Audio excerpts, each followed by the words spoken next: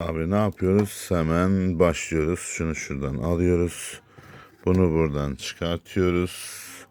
Hemen Molis akarsuyun plağını alıyoruz ve buradan başlıyoruz. Hızlı bir şekilde hemen açıyoruz. Sesimi de verdik mi o zaman gelsin bakalım Muhlis akarsudan sürünesin. Pardon, şunu şuradan alalım. Çok pardon.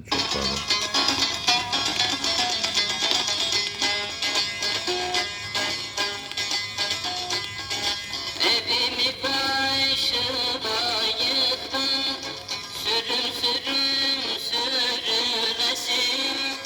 Hayatımı zehir ettin, sürünesin. Haldan hala bürünesin. Sürünesin.